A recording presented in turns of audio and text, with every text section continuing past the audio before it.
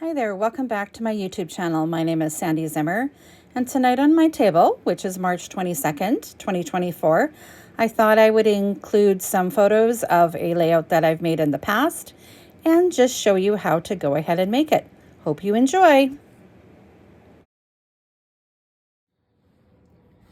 So tonight on my table, I thought I would show you how I created these layouts from a while ago. They are so fun to create. My favorite thing to do, if you know me, is to start with white daisy paper and create something unique.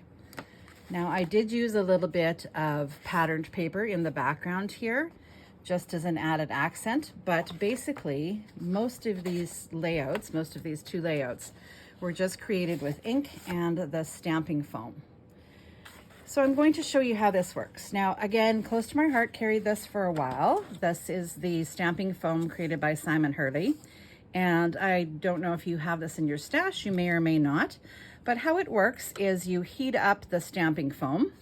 So it comes plain. Oh, let me grab a fresh one here, sorry. It comes plain and it has no pattern on it whatsoever. There were 4 in a package. So you heat this up with your heat gun and then you press it onto something. So as an example here, I pressed it onto a pair of scissors, and then I put ink over top of this and stamped it, and I created a card for a child. Or you could do this on a layout and you could put several different objects down and create a background using that. Now, all you have to do to get rid of this is reheat it. It pops back up and looks like this, and you're good to go. Now you can see here that I have a little bit of ink left over. Honestly, it is just like a stamp where it doesn't really affect it. So once you heat it up, you can wipe it down a little bit again with some soapy water, and then you can heat it up again, do your next impression, and you're good to go.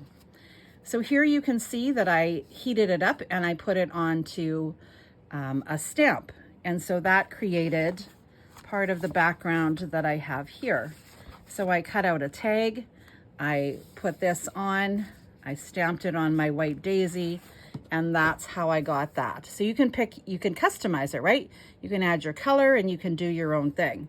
Here you can see I've got lines on that one. So what I did was I heated it up, I put it on my scoreboard, pushed it down, and I got those lines.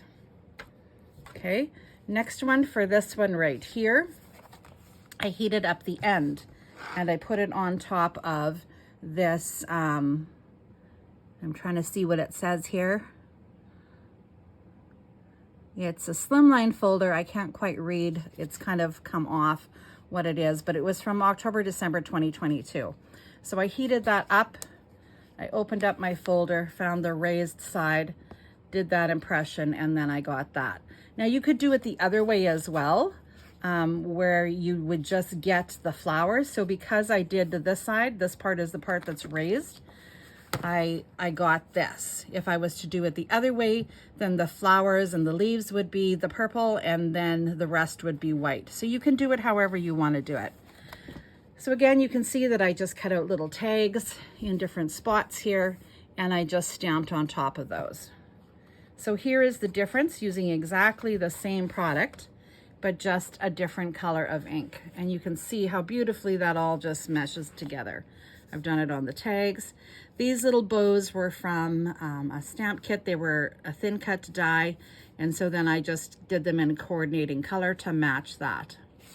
So it's a super easy process. You can add, whatever you want for embellishments. Here I've added a little bit of sequins. I've done some of those thin cuts that we just have. I've added a few little gems here. You could also use liquid glass, pardon me, lost the name of it for a second there. I've added a few more of those little sequences just taken apart. Here I added a glob of liquid glass, and then I added some just loose gems. And so hopefully you can see that on camera. That picks it up, it gives it a little bit more dimension and just adds a little bit more sparkle. Of course, you want that to dry really well before you put it in your album so it doesn't stick together. But yeah, that is just how I've done those. Thought I would share that with you. Again, that's just the straight lines on that.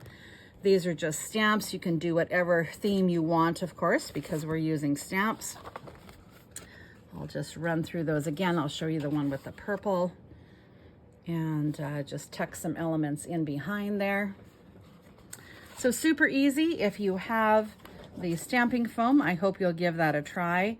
And thanks for joining me for Tonight on My Table. Bye for now.